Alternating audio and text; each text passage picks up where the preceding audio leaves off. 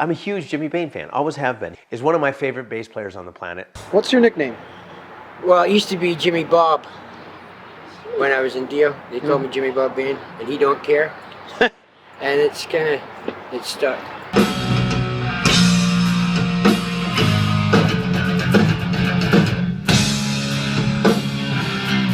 My name is Jimmy Bain. I started out with Richie Blackmore's Rainbow. Rainbow was a pretty successful group. So I was in that band for a couple of years, did a couple of albums. Got fired for partying too much. Put a band together with a friend of mine from Tin Lizzy, called a band called Wild Horses. I was in London. I got a call from Ronnie, middle of the night, we just left Sabbath. Vinny and I were going to put a new band together. And he said, looking for a bass player and a guitar player. I said, well, you got the fucking bass player, dude. So he asked me if I knew any guitar players. And I came up with two, actually, Viv and John Sykes. But John Sykes was too tall. So we went with Viv and we got together and jammed. And well, I only jammed very long, 20, 30 minutes or something. It clicked. That just clicked. It clicked, we knew. I mean, everybody's walking around with big smiles and shit, You can tell that everybody listens to Jimmy when we're tracking. Jimmy is the guy that's kind of keeping, even though Vinny keeps time, of course, but Jimmy kind of keeps the pulse. It should be the bit, it should be the double bit, instead of the solo, Da, da, da, da, da.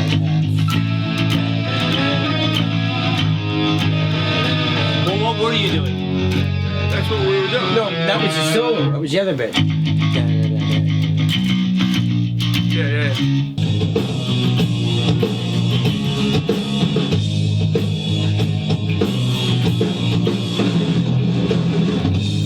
We are cutting live basic tracks. Old school, baby.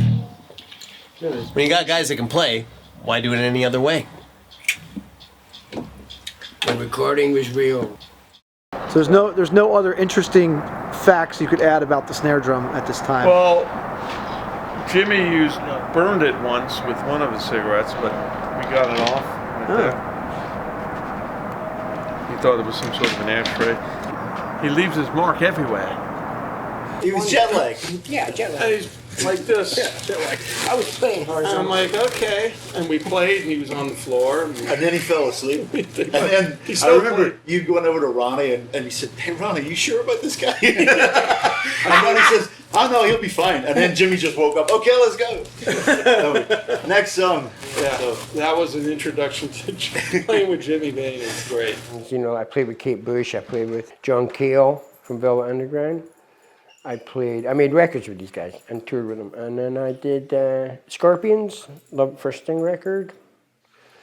Then I was in a band called World War III, which takes me up to about, now, Last in Line. Why Last in Line and not Rainbow or Wild Horses or Dio? Well, because it was current. I was started working with this band and I hadn't got any tattoos, so I figured if I'm going to start late, I may as well start with what I'm doing, not something I did 20 years ago. I mean, he's also a great musician all the way around, but as a bass player, he's just so solid, and he's so the foundation of that thing. You couldn't have a Vinny Appice who goes flying off into the stratosphere if you didn't have a Jimmy Bain.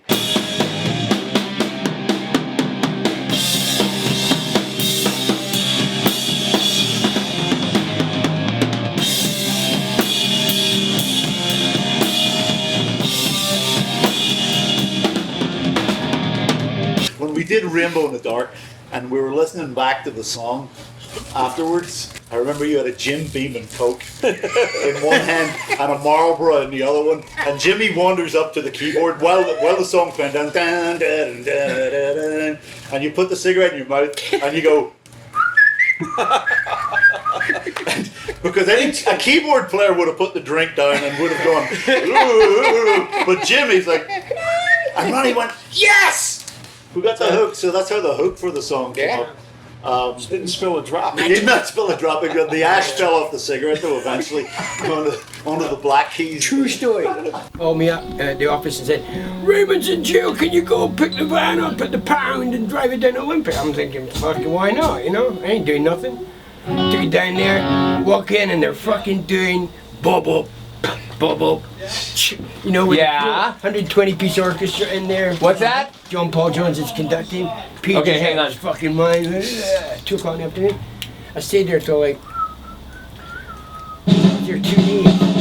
The tour manager came up to us and goes, somebody in the band's going to get arrested after the show. Yes, We don't know who it is. Yes, fucking who. So I do a drum solo in the set. Ronnie goes, Vinny Appice, and Viv did a solo, and Vivian came, so we told her, don't say our names tonight. Just in case. So in case the cops are there, they don't know which guy is the guy they're looking for. At the end of the show, knock on the door. Open as a police. James Bain. Oh, you look for James Bain? I don't know. So word got around. So we put Jimmy in a road case. In the wardrobe case. wardrobe case. Right, put him in a road case. And the funny Yeah, thing right. was, the wardrobe case they're looking for him rolled right by the cops. A really good one. That happened several times. It happened in Kansas City. They too. can't, yeah, it's going I think it's rolled out in a number of gigs in the case. That was a different case, though. I had my stage clothes on, you know, like the neat, you know, pants with the thunderbolts red down the pant, you know, the leg and everything. Little vest on, got arrested and taken down to jail. Thrown in there with a bunch of DUI guys you thought was pretty crazy looking in Kansas City, Kansas, you know, about 1 o'clock in the morning. Rock and roll.